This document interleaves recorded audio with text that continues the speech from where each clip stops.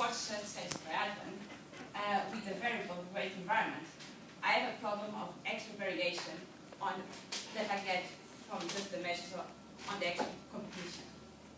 For the ones that are not familiar with the sport of triathlon, the specific Olympic distance triathlon is a sequence of 1.5K swim, followed by 40K bike, and finishing off with a 10K run.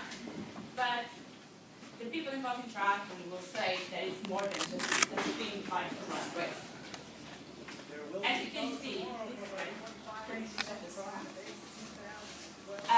they are swimming in the lake, and if the temperatures are warm enough, they are not allowed to swim in a wetsuit.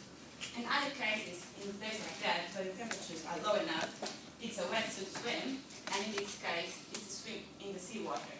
They follow with a bike phase, and it's obvious that in this case, weather and wind conditions will influence the performance times on the bike. Besides the weather conditions, also the course profile. If I'm looking at the course with more hills or more number of sharp curves, I'm expecting slower times. After the bike, they will progress to a run, and the same thing again, weather, wind, and course profile factors will affect the performance. So all of these factors kind of affect who will be the winner at the end of the 2 hours race. So what I'm presenting here is how to develop career trajectories for triathletes for each of the 3 individual phases and overall performance, accounting and adjusted for the different races. So we used the splits and finishing times from the international races over the last 12 years with different levels of competitions, Olympic Games, World Championship Series, including juniors and under 23. The juniors is a sprint format, so it's half of the distance. World Cup and World Championships, just to get more data. For that, we collect the race date and athlete's date of birth, and our final sample size would be over 200 races with around 400 men athletes and a little bit less women. These athletes, we group them according to the finishing position in the main event in the last 4 years, because we are looking to successful athletes, but recent. So if they finish top 3 in any of these races, we call them top 3. Top 16 if they finish between 4th and 16th, and other as otherwise. So we use mixed modeling approach in statistical analysis system to predict performance times, and we explain them as a fixed effects for the mean for adjusting for sprints or Olympic distance for each ability group. So one mean for top 3, one mean for top 16, and another one for the other group. So we also set a mean quadratic age trend for each ability group and a mean linear trend for calendar year. So just to account that the sport in itself is actually getting better. We use random effects to produce the individual trajectories for each athlete. We also recognize that there are consistent changes within the season, so these allow for a good season for each athlete. And it's here that where I adjust for the different races and try to minimize the effect of environmental and other course-related factors in the performance. We also specify different residual errors to allow a bigger scatter for junior races than elite ones. We did separate analysis for each phase and for each gender. So here are all the performance that I got for one single athlete. And as you can see, well, there is a general trend here, but the data seems all over the place. So after I apply my correction, the scatter is markedly reduced. Furthermore, because as I said, there's also race sprint distance, the model also allowed the conversion of the sprint to Olympic distance, so I have more data to include in the assessment of my athletes. And now it's clearly the trend, the progression of these athletes with ages. So we did this for all of the athletes, and these I'm showing for the only top top 3 and top 16.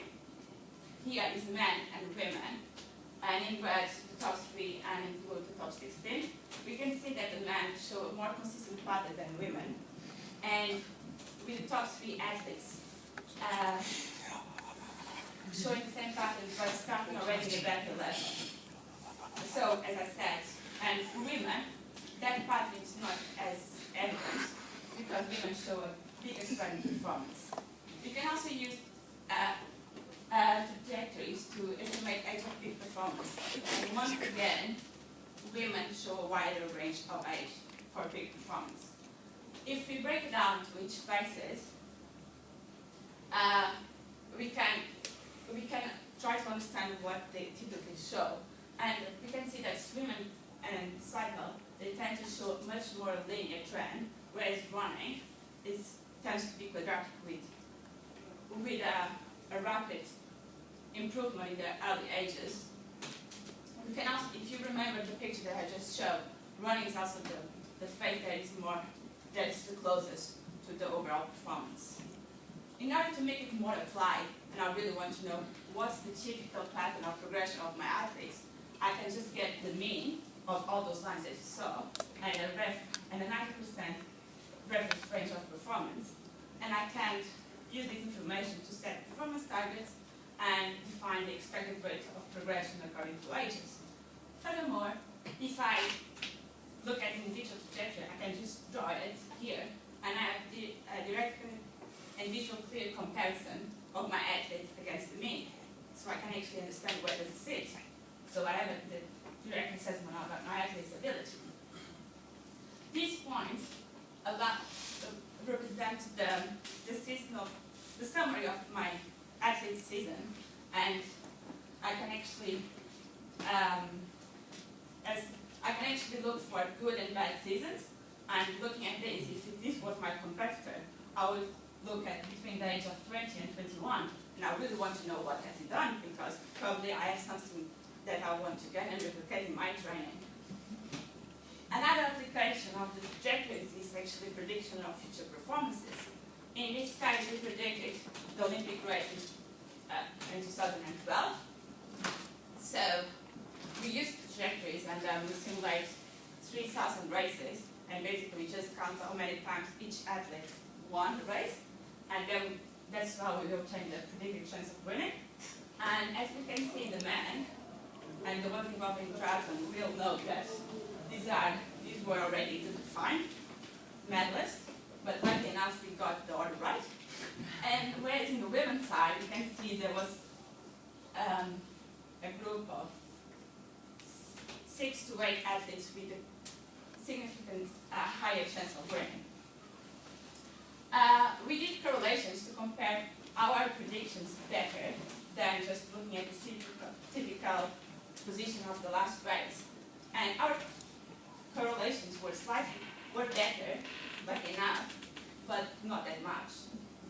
So I hope now that you are all convinced that it's important to account for environmental and other race-related factors when analyzing triathlon performance, that individual career trajectories allow a direct comparison between athletes, and also you can identify athletes' strengths and weakness. I would go a step more and say for talent identification purpose, you should focus on the run and expect less predictability for female athletes. As a future direction, we could, and actually in order to make it more applied to the sport organization, I would actually want to add national level races, because my younger athletes tend to compete more at the national level, and only later in that stage of their careers they will compete international. And in order for this to work, it requires that I have enough number of my elite athletes competing at national and international levels. The other thing that we could improve would be our predictions, and this could be done if we change the model and put more weighting into more recent performances. And that's all I have to say.